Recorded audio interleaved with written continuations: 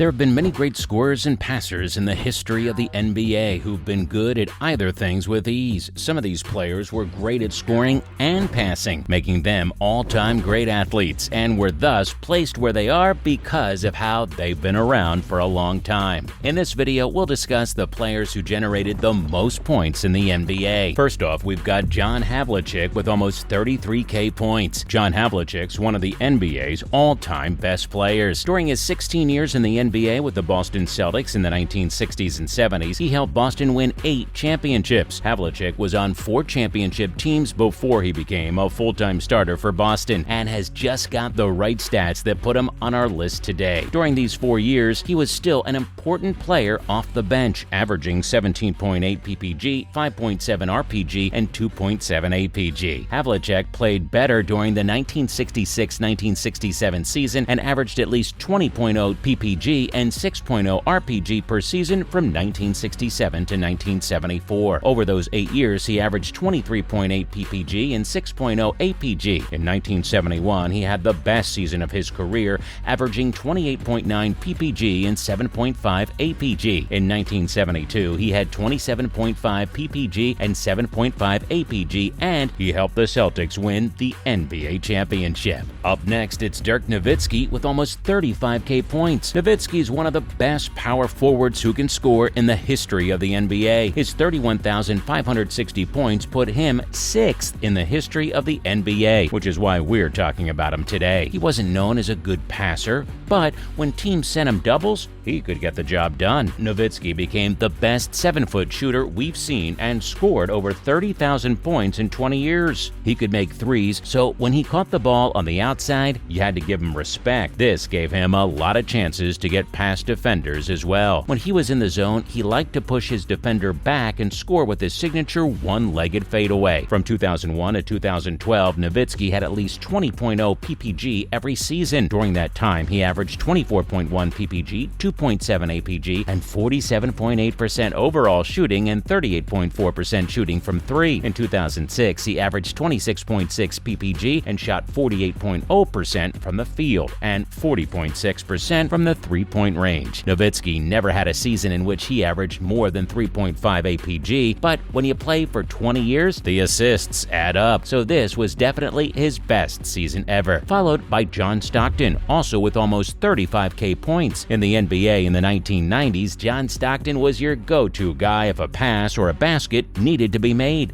Stockton's the all-time king of assists in NBA history, and he holds one of the NBA's few unbreakable records. His 15,806 assists are more than 3,500 more than Jason Kidd, who's second on the all-time list. People have a terrible opinion of Stockton now because they think all he did was pass the ball to Karl Malone, which couldn't be further from the truth. Stockton made every player on the court for the Utah Jazz better, which is a cold, hard fact. From 1988 to 1996, no one was better than John Stockton at getting assists. During that time, he averaged a whopping 13.1 APG and led the NBA to APG for all 9 seasons. Stockton didn't have to score like today's point guards do. He was a true point guard who put passing first, and he may have been one of the last to play in the NBA. Moving on to Wilt Chamberlain at almost 36K points. Wilt Chamberlain dominated the 1960s like no other man in history has done. He was 7 feet tall, fast, strong, and athletic. During his time in the NBA, he broke every scoring record that had ever been set. Even though records are meant to be broken, he still holds many NBA scoring records that may never be broken. He scored 100 points in a game and 50 points per game throughout the season. His life seems like a story you tell your kids before they sleep. He won 11 scoring titles, an NBA record, and had a few seasons where he averaged more than 5.0 APG. Pretty impressive when you think about how he plays, which is to try to score first. Wilt was a man among boys, averaging 40.6 PPG in his first 6 seasons, and over the first 6 years of his career, Chamberlain averaged 40.6 PPG.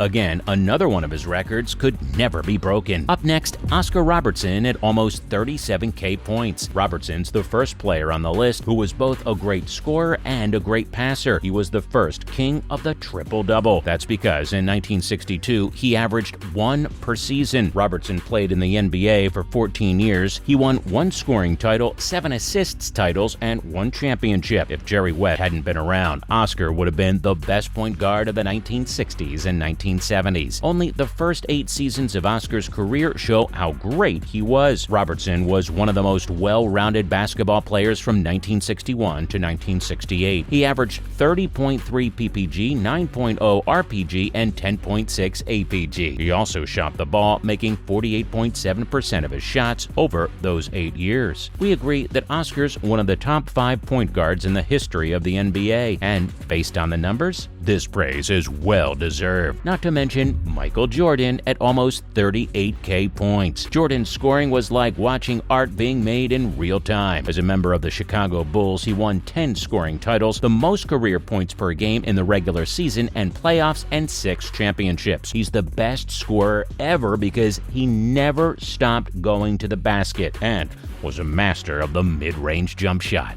We all tend to forget that Jordan was also a terrific passer. In his 15-year career, he had 9 seasons with an average of more than 5.0 APG. His best season was in 1989, when he averaged 8.0 APG. As Jordan won his 10 scoring titles, his overall numbers kept getting more impressive. He played 830 games between 1987 and 1998. He averaged 32.0 PPG, 6.3 RPG, and 5.4 APG in those games. When you're great at every part of basketball for that long, you have to be among the best players on this list. Let's learn more about Kobe Bryant at almost 40K points. Even when Shaq was on the court with him, Bryant had to carry the team on his back, and he did so better than anyone could have hoped. No one expected Kobe to win an assists title, but he was a good passer and an even better scorer, which puts him in 4th place here. Bryant won the scoring title in 2006 and 2007. He averaged 35.4 points per game in 2006 and 31.6 points per game in 2007. His hard work earned him an MVP award, 5 championships, and 2 Finals MVP awards throughout his career. Coming up, Karl Malone at almost 43K points. Karl Malone's one of the NBA's best scorers of all time. He averaged over 20 PPG for 17 straight years at one point in his career. Karl Malone scored 20 points per game from 1987 to 2003. During that time, Malone shot 52.1% of the time and averaged 26.3 PPG and 3.5 APG. Malone led the Jazz to the finals in 1997 and 1998. During his career, he won 2 MVP awards. We think of him as one of the best NBA players who never won an NBA title. Next, Kareem Abdul-Jabbar at almost 45K points. He's still the NBA's all-time leader in scoring as of right now. The record he set will be broken in 2022-23, but it still stands at the start of the season. Kareem played for the Bucks and the Lakers. During his time with both teams, he won 5 championships and was named MVP 6 times. Not only did he score at a high level for a long time, he only made 1 of the 18 three-pointers he tried during his career. This makes his scoring so incredibly impressive. Kareem lived in the post, where his unstoppable skyhook and tendency to grab offensive rebounds made it impossible for his opponents to stop him. Finally,